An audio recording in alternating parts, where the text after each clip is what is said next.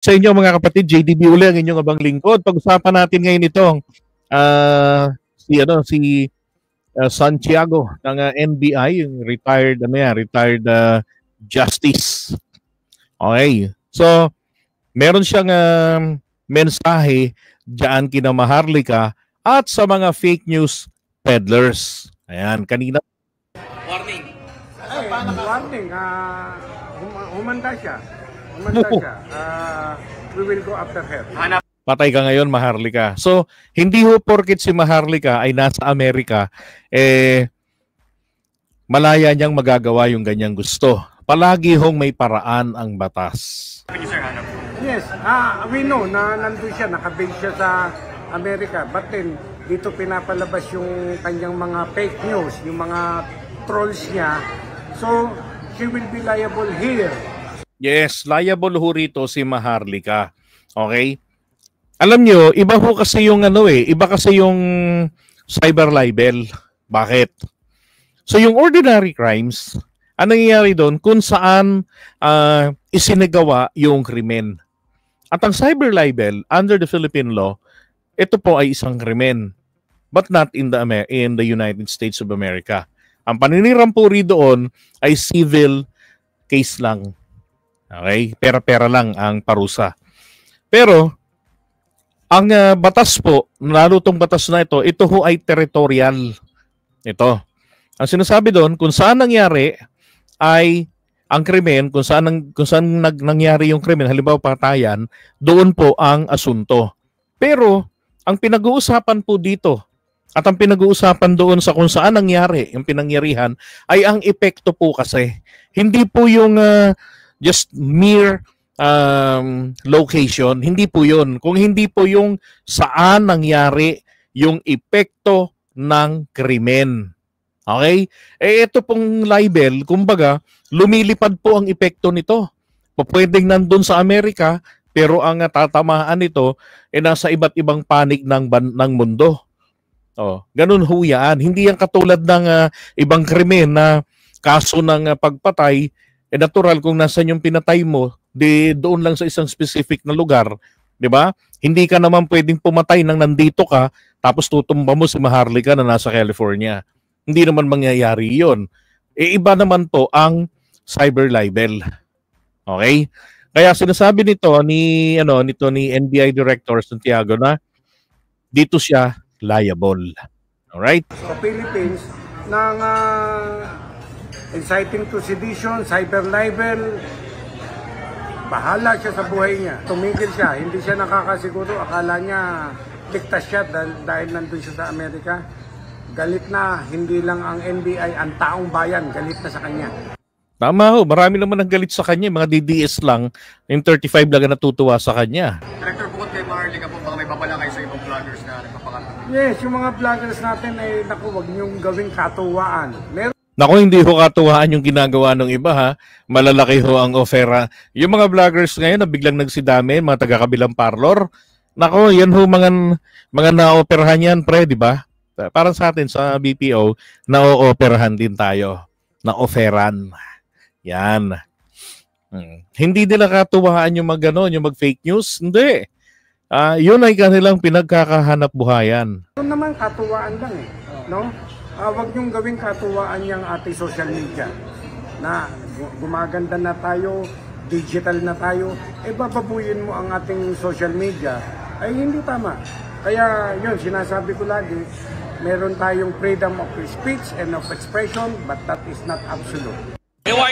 Okay, ang ganda ng tanong ni Attorney Vincent Arroyo. Sabi niya, paano kaya si Maharlika mapapauwi dito para makulong? That's a good question, Attorney. Now, hindi naman po natin po pwedeng pwersahin na pauwiin dito si Maharlika. Ngayon, si Maharlika ay isang mamamayang Amerikano. US citizen si Maharlika. Ang batas natin sa extradition treaty ay kinakailangan po yung krimen nangyari po ay dito sa Pilipinas. 'Di ba? Tapos yung tao ay tumakas, pumunta ng Amerika. So pwede ho nating hingiin sa sa kanilang sa bansa sa Amerika na ang taong ito ay nagkasala dito sa Pilipinas. Nangasalang krimen, paninirampuri. Now, doon sa Amerika, siya ay ang kaso naman na yun ay civil lang. Pero again, parehong kaso pa rin yun. 'Di ba? Tingin ko pagka ganun po pwede pong mangyaring hingiin ito. Regardless kung si Maharlika naman ay sabihin ng siya ay American citizen na dahil sa green card, mga ganon, o sa, 'di ba? Dahil sa pag-aasawa niya ng Jomericano. Tingin ko po pwede yung ganon. Pero ang pinaka-the best dito, kahit ano pa man po yan uuwi at uuwi rin yan dito sa Pilipinas si Maharlika. Now, kung ang United States of America ay member ng Interpol, sorry, di ko na-check, pero kung member ng Interpol ang Amerika, pwede yan. Diba? Madadali at makakalawit yan si Maharlika. Depende na lang yan sa diplomatic relationship ng at diskarte ng Pilipinas diyan sa kung paano mapadala rito. Maisukan ng Amerika etong si Maharlika. And after all, hindi naman po siya totoong Amerikana. 'Di ba? Peki naman siya. Kumbaga, processed or manufactured American citizenship lang ang meron si Maharlika. Hindi tunay. 'Di ba? Hindi katulad ng iba, by birth talaga. Okay? Member. Yari na. Pwedeng-pwede. 'Di ba? And for sure, makakaisip at they will be able to figure out paano nila yan. Mas mabilis kasi kung dadaanin sa extradition eh. Okay? Pero ang pinakamaganda rito, ganito yan eh.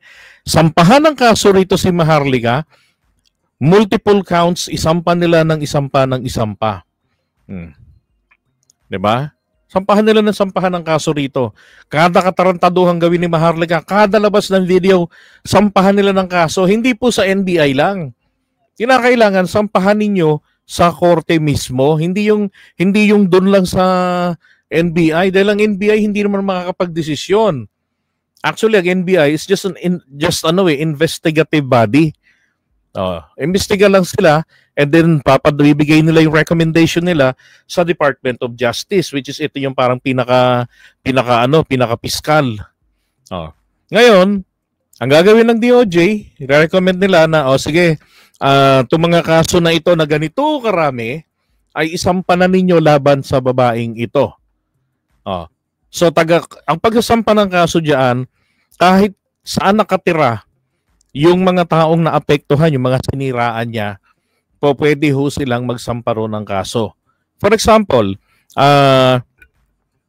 taga Mavulis Island. Kung may korte doon, doon ka sa Mavulis Island magsampa ng kaso kung ikaw yung siniraan ni Maharlika. 'Di ba ganoon? Problema niya na yun na magpakita. Malamang ho sa dami siguro sa isang taon hindi lang ho 700 o baka ho 1,000 ang kasong, 'di ba? Wala nang gagawin si Maharlika sa buong buhay niya. Everyday, ikot na lang ng ikot ng iba't ibang korte ng Pilipinas yan. Si Maharlika, dalo sa mga kaso. Ganun yung magandang gawin diyan sa kanya. Merong YouTube account si Maharlika. Okay? And then ngayon, ito ring may ibang mga fake news peddlers dito na mga sumasamba kay Maharlika. Nako, ang dami niyan sa kabilang parlor. Kayo, mas lalo kayong vulnerable.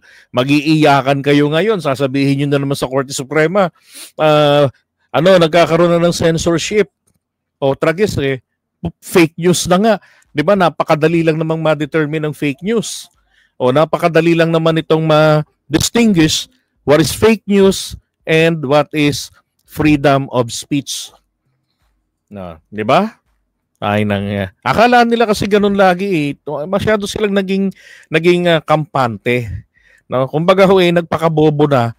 Imbis na alamin pa, mag-research furtherly, magtanong, kasi ang pinagtatanungan nila mga abogadong DDS din